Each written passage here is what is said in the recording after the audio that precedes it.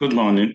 Um, Welcome to the West African College of Surgeons Faculty of ORL Update course. My name is Dr. Daniel. I work in UCH. This morning I shall be discussing thyroid diseases. Now, you would agree with me that discussing this topic in 40 minutes is actually quite daunting because each disease or each abnormality of the thyroid gland is actually a lecture topic on its own that can last well over an hour. So I will try to do as much as I can, and I would. The most important thing is that you should be able to read this up on your own.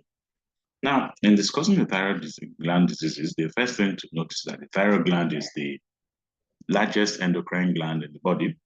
It's about 18 or 15 to 25 grams in weight. That is for females and males, respectively. Now, it is the first one to develop in the doing is the first endocrine gland to develop in utero, and usually makes its inception at the age of 24 weeks. That's around the fourth week or thereabout. And you can easily identify it as a thyroid diverticulum, which usually occurs from the developing of primitive foregut, essentially the same enlarge around where the tongue is developing from. And then from there, it now forms a diverticulum, and then later on, as the fetus increases in craniocaudal extension, the thyroid diverticulum begins to descend, to move caudally. And usually it is aided by a thyroglossal, the thyroglossal duct. And then about the seventh week is in the normal adult position. Now that thyroglossal duct is supposed to involute the in utero, but occasionally sometimes it doesn't. So parts of it may involute, sometimes the entire length may not involute, and then you end up with a patient with a midline cystic structure that is known as the thyroglossal duct cyst. And this cyst can occur from anywhere from the submental region, that's around the base of the tongue, all the way down to the anterior portion of the trachea. I would elaborate on the thyroglossal cyst so that we will leave that one and then move on to other things. Now, the thyroglossal cysts, you all know that as it's passing, as it's descending, the mesoderm is forming, the mesenchyme is still forming the developing hyoid bone, which is derived from the third and the fourth pharyngeal arches, specifically the body of the hyoid bone. And it usually, the thyroglossal duct passes in between those two developing mesenchyme, and then that form the body of the hyoid bone. And then that will lead to the understanding that when you are excising the thyroglossal duct, cyst, you must resect the mid portion of the body of the hyoid bone in order to completely extirpate the disease. In fact, it has also been advocated that apart from excising that mid portion of the hyoid bone, 45 degrees, at an angle of 45 degrees to the tongue base, the entire core of tissue in that direction from the hyoid bone to the base of the tongue must be excised. That is the Sistrong's procedure of the entire thing, and it usually leads to a very reduced incidence of recurrence of the lesion. And this is what we've been talking about. Now, in talking to you, the anatomy of the thyroid gland is known to all of you. It's, as I've already mentioned, that about its origin and its the weight. It's actually a bilobe structure. Okay, essentially, I like to think of it like the small body, like a butterfly, has two lateral lobes, right and left, which are essentially pyramidal in shape. They extend from the lower border of the thyroid cartilage and then end up superiorly and then end up at the lateral border of the thyroid, the trachea, and then is related posteriorly to the constrictor muscles, middle and inferior constrictor muscles, as well as the two lobes are bound by an isthmus, which usually lies between the second to the fourth tracheal rings. And then in 75% of individuals, there's typically the presence of a pyramidal lobe. Okay. Now that pyramidal lobe is usually an extension of the thyroid gland, most of the time on the left. It doesn't really have any clinical significance, except that sometimes when you think you must excise it when you are doing total thyroidectomy because it contains thyroid tissue, and if you don't excise it, it may actually be the source of a recurrence. And if there's malignancy within it, of course, it has to be removed.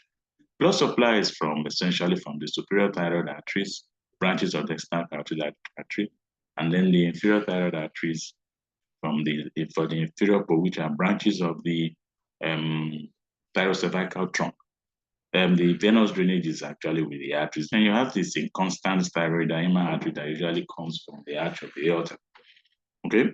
Now, the lymphatic drainage, which is very important, especially when you are dealing with conditions of differentiated, well-differentiated thyroid carcinoma, specifically papillary thyroid carcinoma. The lymphatics is to the middle jugular trunk, that's level 3. Then also the lower jugular trunk, level 4. Then also the posterior triangle lymph nodes, that's level 5. And then lesser to the pretracheal and paratracheal lymph nodes, that's level 6. So if you are going to do thyroidectomy for well-differentiated thyroid carcinomas, you need to also dissect these levels, including in order to be able to extirpate the disease. Now, the microscopic anatomy is known to you. Essentially, we are dealing with the follicle. The basic unit of the thyroid gland is the follicle. And the follicle essentially is made up of cuboidal cells, epithelial cells, which are thyrocytes. And then there's a central clearing that has what is called the colloid. Not really a clearing, but has a gelatinous substance that actually has the thyroglobulin.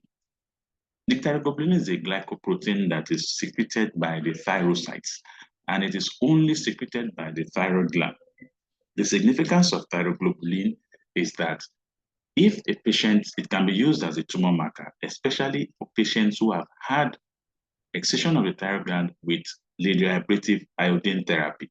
It is used to follow up these patients. One thing you must understand is when patients have differentiated thyroid carcinoma, follow-up is for life because the disease can recur at any time. So the thyroglobulin levels following extirpation of the tumor ideally should be unrecordable. But when you now have values, when the serum value begins to increase, it means that that is an evidence that there's recurrence of the tumor somewhere.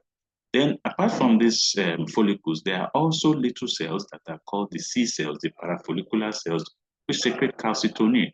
Calcitonin is important in calcium homeostasis. And again, the parafollicular cells and calcitonin can also act as a tumor marker in cases of medullary thyroid carcinoma, which essentially is a carcinoma of the parafollicular cells, especially when you are dealing with patients with multiple endocrine neoplasia types 1 or types 2. Now, the physiology again is this.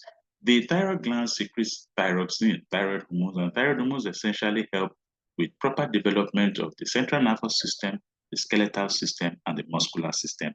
It also controls or regulates the metabolic rate of individuals. And essentially, it's a feedback mechanism. You have the thyrotropin stimulating hormone that's coming from the hypothalamus, which induces or induces the anterior pituitary to secrete thyroid stimulating hormone, which in turn now causes the thyrocytes or the part of the follicles to absorb iodine. Now, the unique thing about the thyrocytes is that they can absorb iodine and then it will undergo organification. And then, of course, the thyroglobulin contains thyroxine. And thyroxine is an amino acid. And then when this organification has occurred and the thyroid peroxidase is an enzyme that is found there that organifies and turns the iodine to iodides, then the iodide is added to the thyroxine and multiples of it will result in monoiodothyronine, triiodothyronine, and then, of course, ultimately tetraiodothyronine, which essentially is thyroxine. So that is how it is formed. And anytime these T3 and T4 levels increase in the blood, in the serum or in blood, it creates a negative feedback to the TSA. That is how thyroid homeostasis is done. And T3 and T4 essentially, majority of these molecules are bound to thyroxine binding proteins in the blood, and only about 0.3% and 0.03% of the T3 and T4 respectively are actually active and circulating around the body. Then it must be necessary to note that T3 peripherally T4 is converted to T3 peripheral. Now, anytime you want to ask for a thyroid function test in order to estimate the function of the thyroid gland, it is always important to ask for a total T4 because the free T4 can be affected by several things such as lactation, illnesses, and medications. Free T3 and then TSH. We shall come to understand which is more important regarding this description of the state of the individual. Now, the first thing we have to talk about is congenital anomalies of the thyroid gland. We have already elaborated on thyroglosal cyst, so we'll not go into that. Now, the thyroid gland can actually be arrested in any form, any path on its path of descent. And the one that may be of very grave importance is when the thyroid gland refuses to descend, and it's usually located in the base of the tongue. So what is seen is there's a mass in the base of the tongue. Occasionally, you have neonates that are born with respiratory distress, largely because the thyroid gland that is resting in the base of the tongue is so large that it is causing obstruction of the oropharynx. Now, in such individuals and individuals that you see masses like, before you attempt excision, the first thing to do is to make sure that there is no other if you must scan the neck to make sure that there's either there's thyroid tissue in the neck, and if there is none, you know that once you excise that lesion, then the next thing is that the patient must be on levothyroxine for the rest of the thyroid supplements for the rest of the life. So this, of course, this is a patient with the clinical picture, and then this is a patient who has a thyroid, lingual thyroid, and then you can't make out any thyroid tissue in the neck of this individual. So this individual essentially, if this is excised, then a patient will have to be on replacement thyroid supplements for life. Now, other anomalies, I'll just go quickly. The median thyroglosal ectopic, and what that means is that where you would expect the thyroglosal ducts is instead you find ectopic thyroid tissue in there. The lateral aberrant thyroid used to be thought to be hematomas or heterotopias or even ectopic thyroid tissue, but now it has been found out that it is actually sequestration from the thyroid tissue itself that has broken off from the main tissue gland that's now implanted itself on the lateral aspect of the gland. Occasionally, follicular thyroid carcinoma may actually be what is in that lateral aberrant thyroid. Stroma ovarii, of course, is when you have a mature teratoma in the ovary, and most of the tissue there is made up of thyroid tissue. That's what is called stroma ovarii. We've talked about thyroglosal cyst again, and thyroglosal fistula usually occurs as a result of infection of the thyroglosal ducts. And thyroglosal ducts gets infected, and then it breaks down, the discharge of pus, and then a fistula occurs. So that is more common than when there is a fistula. Now, in order to discuss thyroid gland disorders, we have to talk about functional disorders as well as structural disorders. Now, whenever you talk about functional disorders, essentially is this homogenesis or hormonal imbalance. Now, hormonal imbalance in the thyroid gland is very common. It's quite common in women. It's more common in women than in men. And it's actually said to affect about 2% of the female population, while it affects 0.2% of the male population. Then we have the two broad groups that we all know, hyperthyroidism and hypothyroidism. Then we also have subclinical hyperthyroidism and subclinical hypothyroidism. These two conditions are the ones that give us some degree of concern, because the patient otherwise is well, and then it's when the thyroid function test is done, usually for other reasons, that you now find out that there's some evidence of subclinical hyperthyroidism. That goes to show that there's hyperthyroidism, there's thyrotoxicosis, and I'm sure you're all aware that thyrotoxicosis essentially is the clinical manifestation of hyperthyroidism. Typically, a patient may have hyperthyroidism, maybe hyperthyroid, and not have thyrotoxicosis. Very rarely do patients have thyrotoxicosis and not have hyperthyroidism. So then the next is the structural problem, which is the abnormal enlargement of the thyroid gland, which essentially you know as goiter. Now I will describe this. Goiters are two. There are two broad groups. There's the physiologic goiter and there's the pathologic goiter. Now the physiologic goiter occurs in prepubertal stage, especially in young girls, and during lactation and pregnancy. Any other mass or swelling of the thyroid gland outside these two that I've mentioned is pathological. Okay, then rarely patients may present with tenderness of the thyroid gland, which is quite rare. Now, these conditions require thorough clinical assessment and significant biochemical, immunological, radiological, and histological investigation. So you can see that management of thyroid gland disorders is indeed quite elaborate, and it's actually a multidisciplinary approach. You have the head and neck surgeon as well as the clinical endocrinologist. And people have even talked about the fact that since the disorders of thyroid gland are legion, perhaps there should be a specialty called thyroidologists. That is what a few people have advocated. So without much ado, we shall discuss hyperthyroidism. Now, basically, there are three major causes of hyperthyroidism. You have the first one, which is the classic primary hyperthyroidism, which is Graves' disease. But by the way, it's important to mention that there are two types of hormonal imbalance. There's the primary one, which occurs as a result of a problem within the gland itself. Okay, and then the secondary, which occurs as a problem of the hypothalamic pituitary axis. That's what causes secondary hyper or hypothyroidism. But the primary hyper or hypothyroidism occurs with a problem within the gland. The first one, and the most common one that everybody knows, is Graves' disease. Commoner in women is an autoimmune condition where immunoglobulin G antibodies are raised against the thyroid stimulating hormone receptors on the follicle. And this stimulates the follicle excessively, completely ignoring the thyroid stimulating hormone and forces the thyroid growth, the follicles to produce a large amount of T3 and T4. And this, of course, causes a lot of problems with regards to adrenergic excess and a couple of other clinical features that we will know by and by.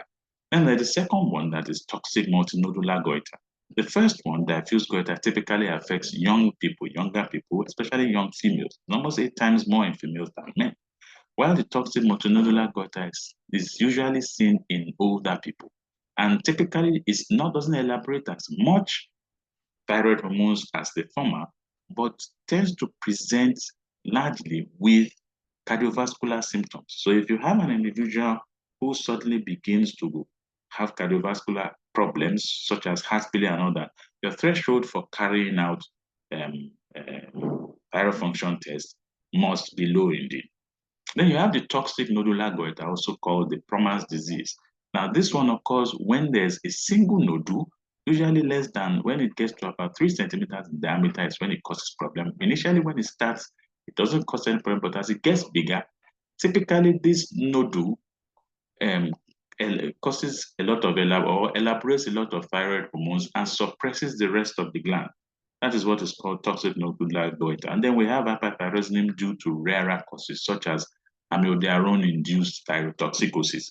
Okay, amiodarone is I think it's a class 3 antiarrhythmic drug. It contains quite a bit of iodine, and when you give it to patients who are in iodine deficient areas, they tend to have jod-based dose effect, meaning that they now exhibit symptoms of hyperthyroidism. This is the microscopy of patients with Graves' disease. You can see that there's virtually no colloid within that follicle. Virtually everything has been excreted out, very scanty colloid, and then the follicular cells, the thyrocytes themselves are very, very prominent. So now we've been rambling about all this, but now let's look at some key definitions. Hyperthyroidism is hyperfunction of the thyroid gland. There's raised T3, T4 with suppressed TSA, thyrotoxicosis clinical symptoms. Then we also mentioned normal subclinical hyperthyroidism. Now, the most sensitive of all these T4, T3, and TSH when you are dealing with hyperthyroidism is TSH. Once the TSH is low, regardless of the levels of T4 and T3, the patient must probably be hyperthyroid, okay, most of the time. But occasionally, you may have a patient with suppressed TSH, normal T4. If the T3 is not being routinely done in that laboratory, you must request for a T3 because patients can have T3 toxicosis. Then we've already mentioned subclinical hyperthyroidism, and of course, clinical symptoms resulting from excess is thyrotoxicosis. And these are the causes of thyrotoxicosis and hyperthyroidism. Graves' disease, toxic multinodular goiter, and solitary toxic goiter. Then thyrotoxicosis without hyperthyroidism, as I said, silent or painless thyroiditis, postpartum thyroiditis, subacute thyroiditis, and then patients who are ingesting exogenous thyroid hormone. And there are quite a lot of unknown, uncommon causes, such as pituitary adenoma secreting TSH, patients with iodine intake, and then you can just look at all these other. Stroma ovarii too can do that. Thyroid carcinoma metastatic. I've actually seen patients with papillary thyroid carcinomas who also have hyperthyroidism. Okay, neonatal Graves' disease, which occurs when the mother passes the fetal-maternal sort of elaboration. Okay, so this, and I don't really know what hamburger thyrotoxicosis is. Now, we don't have to belabor the clinical features. The clinical features: patient is listless, is tired, and there's emotional labor illness. What they usually complain about is heat intolerance. Then there's a lot of weight loss, significant weight loss with excessive appetite. And then they also have palpitations. They may complain about recurrent, frequent defecation, but rarely do they actually have diarrhea. But they may complain that there's increased frequency of going to the toilet. Okay? Then when you examine this patient, now we must know that some of these patients may also have eye signs. Now, there are several of them. There's von Graff's sign, which is the lead retraction, if I recall correctly. There's the lead lag. Then there's also the proptosis of exophthalmos. The lead retraction and the lead lag essentially are due to hyperactivity of the adrenergic fibers. You must understand that the levator palpebrae superioris muscle that elevates the eyelid has both smooth muscle parts, which is supplied by the sympathetic innervation through the superior cervical ganglion, and then it has the striated muscle part, which is supplied by the oculomotor nerve. Okay, of course, the one that is supplied by the sympathetic ganglion tends to have in patients who have hyperthyroidism tends to function excessively. So you have the eyelid being pulled up and then exposing the superior limbus that lets us know that the patient has some lid retraction. And then exophthalmos essentially is exposure of the superior limbus of the eye. Then, of course, when the patient is trying to look down, especially when you are doing the von Graff's test, the upper eyelid tends to lag behind complete closure of that upper 1/3 of the cornea. That's when we say the patient has lid lag. Then a few patients may actually have atrial fibrillations. Quite a number of patients with uncontrolled hyperthyroidism can have atrial fibrillations. When you examine them, there's usually a bruit at the superior thyroid artery because of the hyperfunction of the thyroid gland. And then they may also have thyroid myopathy. Now, the eye signs, the ophthalmopathy that they have, especially when there's proptosis, is usually as a result of deposition of mucopolysaccharides, glycosaminoglycans within the periorbital fat and inside the extraocular muscles. It is also what is deposited at the shin. That's the anterior aspect of the tibia that gives rise to what is called pretibial myxedema. Okay? And when you examine these patients, once you see that, then you start to think that perhaps this patient has hyperthyroidism. And this is the typical picture of a patient with Graves' disease. You can see that scary look. There's thinning of the hair. Okay? And there's, of course, there's exophthalmos with lid retraction, and there isn't much of proptosis. And then you can see wasting, and then you can see the smooth enlargement of the thyroid gland. Now, we've talked about this. We mentioned that the investigation obviously is the thyroid function test. As we said, the T3 will be reduced, T4 and the TSH will be reduced, T3 and T4 will be markedly elevated. And then these are the laboratory investigations that you should carry out when you are suspecting thyrotoxicosis. Elevated free T3 and T, is the finding, unless there is a TSH secreting adenoma or thyroid hormone resistance. Then for immunology, yes, before you make a diagnosis of Graves' disease, there must be antibodies raised against the thyroid peroxidase, as well as also the immunoglobulins raised against the thyroid stimulating hormones. These indicate that once there is raised TSH receptor antibodies, is pathognomonic for Graves' disease, and this indicates another thyroid autoimmunity. This actually raised anti-TPO, as thyroid peroxidase, may be seen in patients with chronic lymphocytic thyroiditis, that's Hashimoto's thyroiditis. Then they usually have this biochemistry: normochromic normocytic anemia, raised DSR, and then, of course, elevated alkaline phosphate. And a few of them may actually have hypercalcemia. Now, you suspect it in patients, in children who have a growth spot and have behavioral problems as well as myopathy, tachycardia or arrhythmia in the elderly, unexplained diarrhea, and then unexplained weight loss. Now, the principle of treatment of thyrotoxicosis, you must understand that the proper treatment is the use of thionamides. Okay? Thionamides are carbimazole, methimazole, propylthiouracil. The methimazole is the oxidized form of carbimazole. Now, what they do is they prevent the organification of thyroid of iodine, and thereby reducing the production of the thyroid hormones. The propylthiouracil is not very common in this environment. It's expensive, and it's better for pregnant women and for those who want to conceive. Then the next thing, the beta blockers essentially reduce the sympathetic drive of that patient. So they tend to help with things such as palpitations, sleeping tachycardia, as well as the other conditions such as lead lag and all that. And then we must also know that once the patient has to be on these antithyroid medications, typically for me, what we start is for especially based on the thyroid hormone levels. If the T3 and T4 are far above, more than double the range, the reference range, the higher point of the reference range in the lab that I use, I tend to start with at least 20 milligrams of 30 or 30 milligrams of carbimazole. Carbimazole comes in 5 milligram or 20 milligram tablets. The ones we have in this environment are typically 5 milligrams. So they may start as much as 30 milligrams in a day.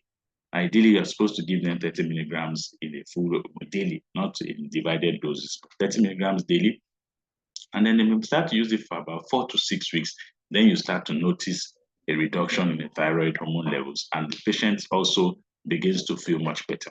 Now, in this environment, what we do most of the time, once the patient has used thyroid for about 6 weeks, we now go ahead and do total thyroidectomy. But there are other abroad, especially in the US, and what is being advocated now is that the primary treatment of patients who have Graves' disease and to some degree toxic multinodular goiter can be treated with radioiodine ablation therapy. Okay.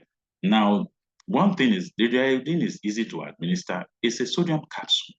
Okay, the patient ingests it and it secretes beta waves, beta rays that actually cause that actually oxidize the thyroid, the iodine. That's the sodium the iodine 131 capsule, which now causes destruction of the thyrocytes.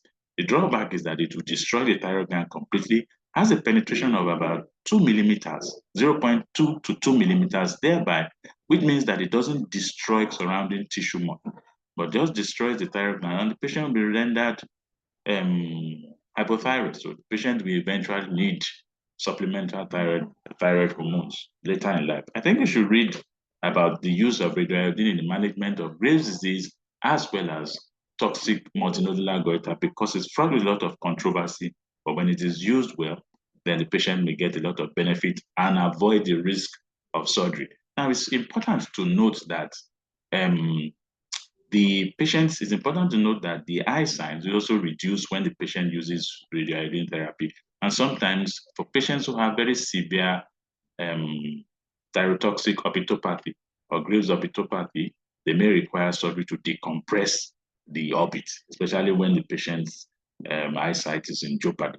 So radioiodine ablative therapy is important. Now, there are side effects of the thionamides.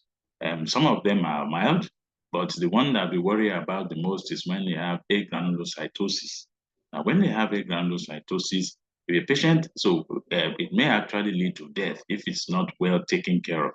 So a patient with fever and sore throat, it requires measurement of the full blood count. And once you stop the thionamides, which must be stopped immediately when the patient it is realized that the patient has agranulocytosis, immediately the thionamides are stopped, the patient tends to recover because it is an idiosyncratic reaction. It is not dose dependent. The mild ones are they actually have pruritus, some have fever, urticaria, and antalgia. Then the anticytoplasmic antibody associated vasculitis, hepatitis, and liver failure may also occur. Now, these are hyperthyroidism due to other causes. I've already mentioned just-based dose thyrotoxicosis factitia, meaning that somebody is busy swallowing excessive amounts of the levothyroxine and having and having thyrotoxicosis as a result. And the equivalence and also a form of autoimmune thyroiditis. Then we have secondary carcinoma, as I mentioned. We've also talked about neonatal thyrotoxicosis. I've also mentioned the jod-based dose thyrotoxicosis. This occurs in individuals who are in iodine deficient cases, who are hypothyroid as a result of iodine deficiency, and are given therapeutic doses of iodine containing medications such as amiodarone, or even when they go for the contrast media that are used in radiology, when they give it to them, because they contain a lot of iodine, these individuals may become hyperthyroid and may actually exhibit thyrotoxicosis. Now, very quickly, hypothyroidism, of course, means that there's increased TSH, low T3, and low T4. Now, these are the symptoms the patients have. They have the hair is dry and coarse. Then you must understand that another thing that you must understand is hypothyroidism is not synonymous with myxedema. Myxedema just means deposits of mucopolysaccharides, which can also occur in patients with hypothyroidism. They may have it at the back, that will give them a sort of buffalo hump. They may also have it on the lateral eyebrows and then and have periorbital edema. So myxedema, but there is myxedema coma, which occurs when in patients who have very severe forms of hypothyroidism, and they can actually go to coma. It is usually said that once the core body temperature drops to 27 degrees centigrade, then they will become unconscious. Now, myxedema madness, which used to be common, is no longer as common. Myxedema madness essentially means that they have some form of depression because of this hypothyroidism. And then these individuals used to be found in the psychiatric ward, and then until they started doing hypothyroidism and checking the thyroid function test regularly before they discovered that what was wrong with these patients was that the patient had hypothyroidism. Now, hypothyroidism can actually be very subtle. I mean, the symptoms can be subtle. I once had a patient who was sent to me because she had begun to snore. She was not snoring for a long time since she was a child or since she was an adult, then began to snore. So while I was taking the history, I now noticed that she was a bit slow in responding. She was a psychologist and a lecturer at that. So later I now asked her whether she had any difficulty initiating thoughts. And she said yes. And when we did the the thyroid function test was on the floor. What I mean is that the T3 and T4 were essentially very low and the TSH was in the roof. So immediately we started replacement thyroxine. Of course, most likely a problem may have been as a result of autoimmune thyroiditis, that's chronic lymphocytic thyroid, which is quite common. It's common in women, okay? It's a bit common in women, and it's actually typified by, it's also a sort of autoimmune condition where you have lymphocytes destroying the thyroid follicles. So that is actually usually elaborated. Then autoimmune thyroiditis, non-goitrous is primary myxedema, and then the goitrous one is the Hashimoto's disease. Now, the commonest cause of hypothyroidism worldwide, it is still iodine deficiency hypothyroidism. You must remember that. Then it could be iatrogenic, post-thyroidectomy after radioiodine therapy, and drug-induced. So dyshomogenesis as well, when patients can cause hypothyroidism, when there's dehalogenase deficiency, okay, that can cause, and peroxidase deficiency, that's the thyroxine, the peroxidase, thyroid peroxidase deficiency. Then patients who take goitrogens. Now, it's actually quite funny because cassava is said to be a goitrogenous agent. It's supposed to be a goitrogen. Same thing with cabbage. But we eat a lot of cassava here, and we also take a lot of cabbage to some degree. And I haven't seen many patients with hypothyroidism. In fact, I must confess that majority of the patients we see with goiters are not hypothyroid goiters. They are usually euthyroid patients or patients with thyrotoxicosis, hyperthyroidism, or patients with malignancies. Okay. Now, thyroidogenesis can also occur when there's failure of the thyroid gland to develop. Then there's also endemic cretinism.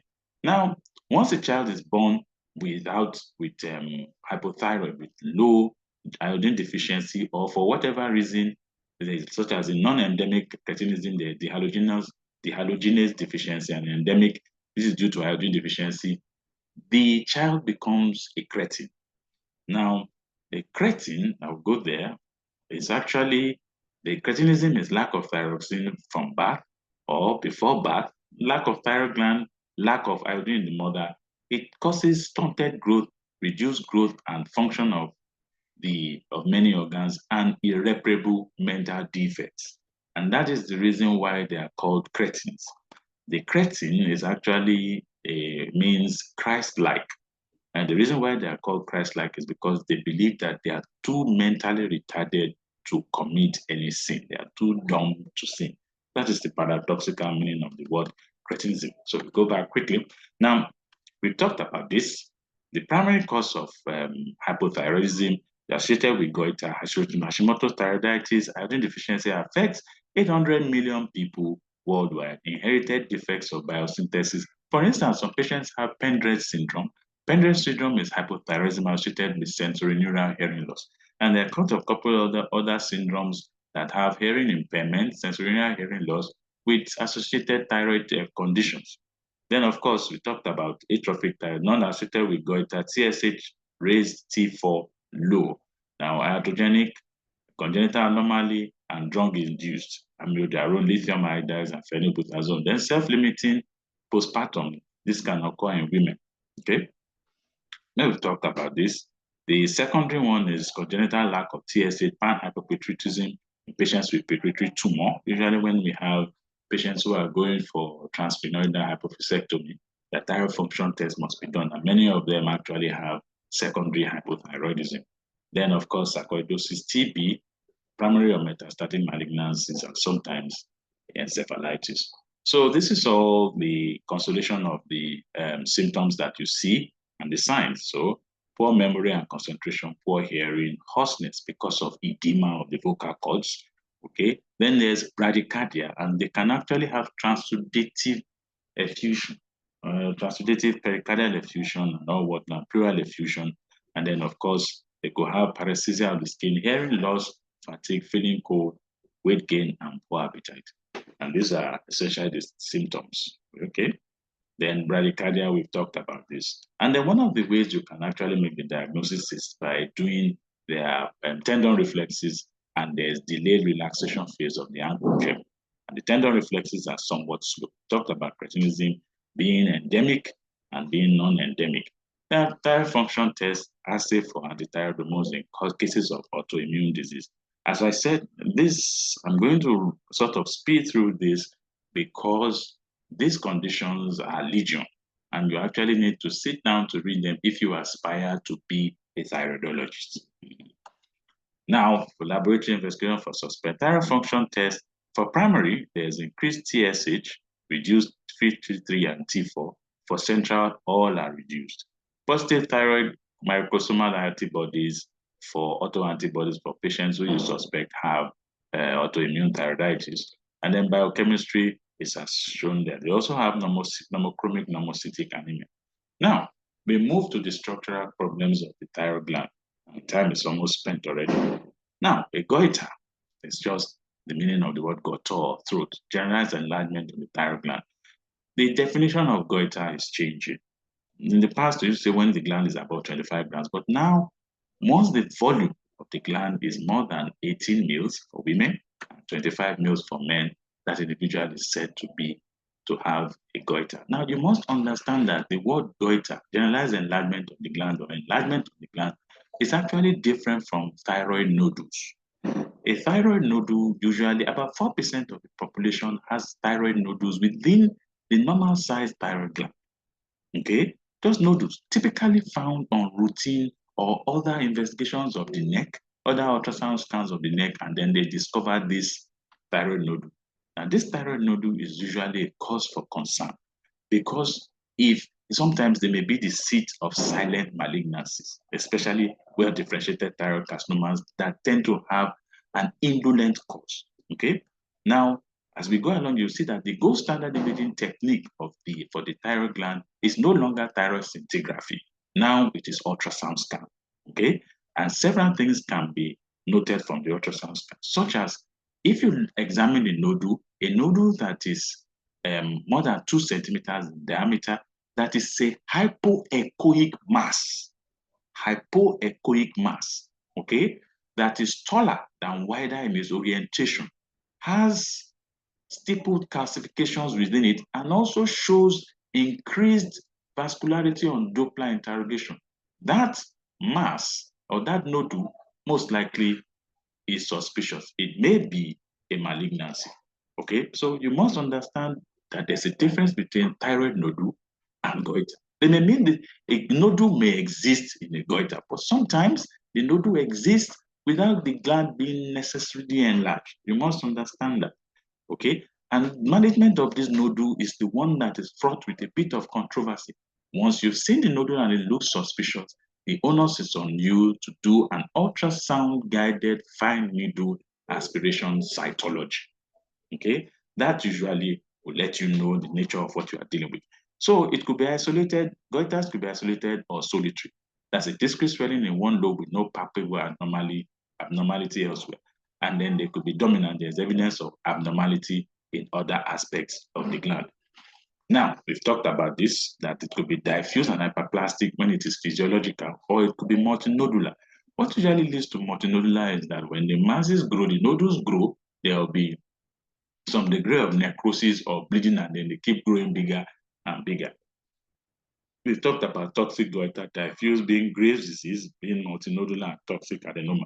Then this is the one that is the cause for concern, neoplasm, whether it is benign or malignant. Malignant neoplasms are quite rare. They constitute about 0.2% of malignancies of the head and neck, but we shall see that by and by.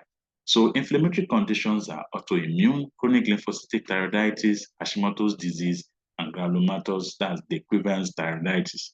Then you also have Vidal's thyroiditis, and then very rarely you could have bacterial or viral. This is the one that causes some degree of thyroid tenderness and, of course, the ever ubiquitous tuberculosis. And patients can also have amyloid deposits in the thyroid gland. Simple goiter occurs as a result of iodine deficiency, as a result of defective, or can occur as a result of defective hormone synthesis. And then the gland, we just mentioned goitrogens, and then the thyroid hormones, the thionates, thiocyanins, and perchlorates, and then endemic childhood sporadic during puberty. And then there's a natural history of a simple goiter, which just keeps getting bigger and bigger and bigger. And this is a simple goiter. It is diffuse, and it is hyperplastic. Then these are usually the clinical, it is the patient is euthyroid, and then of course it moves with swallowing, as I said, it's smooth and it's firm. And then you also have thyroid function test, estimation of thyroid hormones, and then radiology. Now, what do you do about a smooth goiter? I mean, a simple goiter. Ideally, by the guidelines, we should leave it all well alone. Yes, that is the truth, except it is causing compressive symptoms. Okay? But the majority of the patients that we have complain that they don't like it, that it's unsightly. After doing an ultrasound scan and doing ultrasound guided FNAC of any suspicious nodule, if the ultrasound doesn't show any suspicious nodules, then ideally you should leave the patient alone. But most of the time they will complain that it's unsightly. Then what do? Do you do some form of thyroidectomy, or you remove the entire thyroid gland? This is what I do in practice. I explain to the patient completely and then advocate for total thyroidectomy. Because sometimes you do the total, if you do a partial thyroidectomy, you end up finding that there's malignancy within that thyroid gland. Then you have to do a completion thyroidectomy, which is fraught with a lot of complications. Okay? And in order to get the patient, but it's better to just remove the whole thing if the patient is desirous of having it removed, and give replacement levothyroxine. This is a patient with, of course, a huge nodular goiter. This is also benign, but it is very huge and unsightly. And most patients will come with compressive symptoms, such as dyspnea on exertion, which is usually worse at night. Smooth, firm, and not hard. They are painless. And as I said, it's due to calcification. And when you take X-rays of this, there is irregular calcification in patients with what we call simple multinodular goiter. There are irregular calcification, unlike when there's stippled calcification, when that is seen in made from psammoma bodies in patients with papillary thyroid complications and thyroid cancer. So we have tracheal compression, secondary thyroid toxicosis, and carcinoma, which may occur from long-standing goiter. Now, prevention, iodized salts, and then levothyroxine. Usually, levothyroxine will work in diffuse hyperplastic when it is small, but when it is large, it doesn't usually work. Okay. Now, isolated, we've talked about this. This is what I was talking about. Isolated or solitary, 20% malignant, 40% follicular adenoma, thyroid function test, ultrasound scan. Okay. Plain radiograph, CT and MRI, and then finally last patient cytology. I cannot go into all this because we are now going into the realm of dealing with suspected malignant nodules. That is actually a topic on its own, essentially. Now, retrosternal goiter is defined as goiter with a portion of its mass greater than 50% located in the mediastinum. Surgical removal is the treatment of choice, and in most cases, they can be removed by a cervical approach, which is quite true. You hyperextend the neck of the patient. Once you hyperextend the neck of the patient, when you are doing that, you first free the superior aspects of the goiter.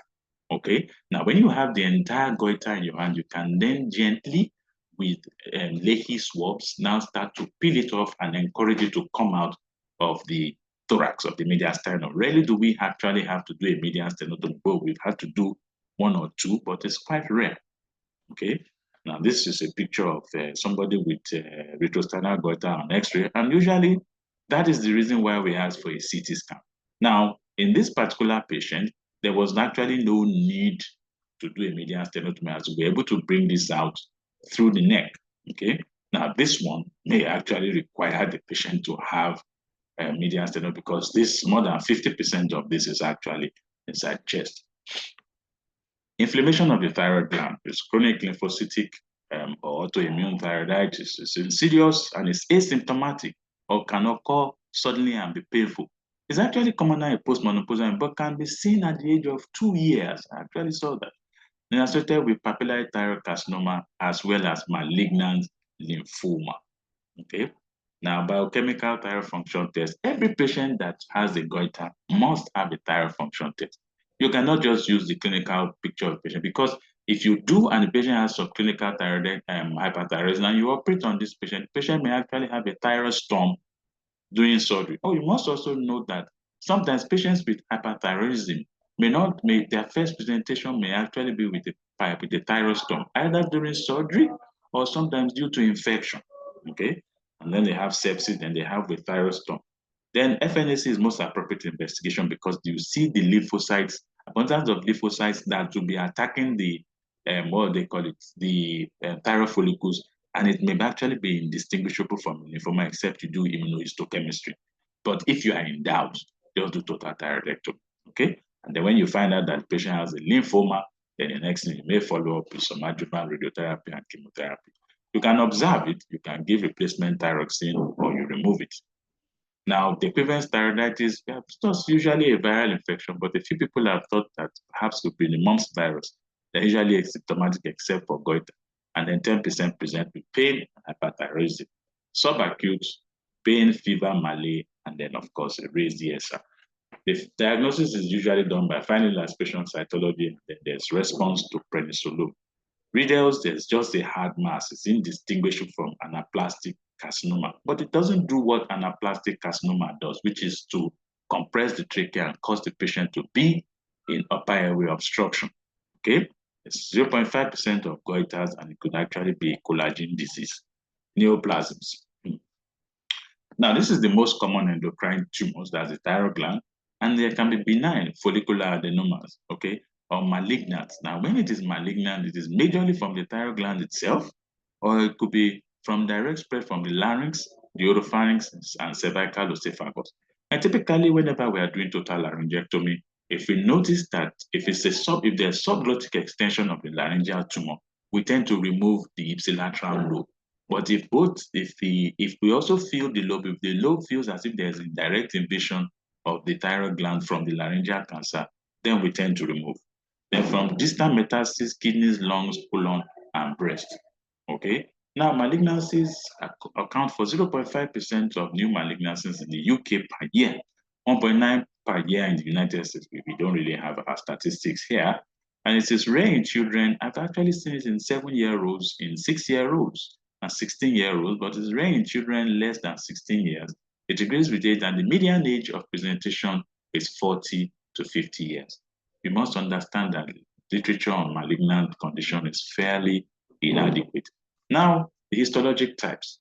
Whenever you hear the term differentiated thyroid carcinoma, or well differentiated, we're actually referring to papillary thyroid carcinoma and follicular thyroid carcinoma.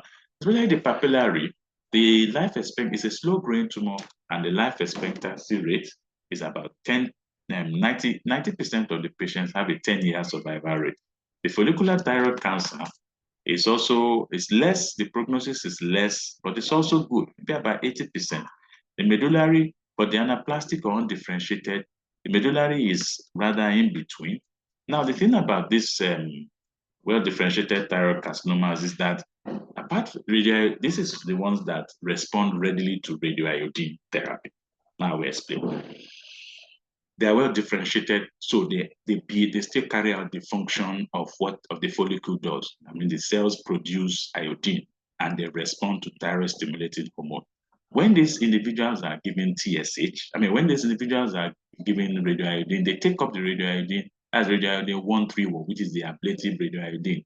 And then, as I said earlier, sodium iodine 131 capsule, beta rays, and it destroys the cells. Okay. So follicular thyroid carcinoma and follicular thyroid carcinoma respond very well to this. Medullary does not. The anaplastic never. Anaplastic thyroid carcinoma, usually the cause is abysmal. The patients are usually dead within 1 year of diagnosis. And it is a the presentation is a rapidly proliferating anterior neck mass with compression of the trachea. But these clinical features are identical to lymphomas. That's why for every patient who has and suspected anaplastic thyroid carcinoma, the airway must be secured, usually easier said than done, and then the biopsy must be taken. If it's lymphoma, the prognosis is excellent. Patient requires radiotherapy and the chemotherapy, the CHOP regimen that is used for that is a form of extranodal non-Hodgkin's lymphoma. And the extranodal non-Hodgkin's lymphoma can actually occur here. These are the various types which I will ask you to check. They are quite legion. Okay. Now, predisposing factors to these malignancies: prolonged stimulation by elevated TSH in patients who live in areas of endemic goiter, because usually follicular thyroid carcinoma is what occurs after that. Then solitary thyroid nodules, the ones that are usually non-functional, ionizing radiation, genetic factors, and then, of course, we had mentioned chronic lymphocytic thyroiditis. Clinical evaluation is necessary, investigations, biochemical, radiological, and histological, and then the treatment is total thyroidectomy, if you can, TSH suppression, which also helps with differentiated thyroid carcinoma, radioiodine in differentiated thyroid carcinoma, teletherapy, external beam radiation therapy, and chemotherapy for lymphoma and anaplastic. And I must tell you that anaplastic has a grim prognosis. Thank you for listening. And if you have any questions, I would be happy to answer them. Thank you very much.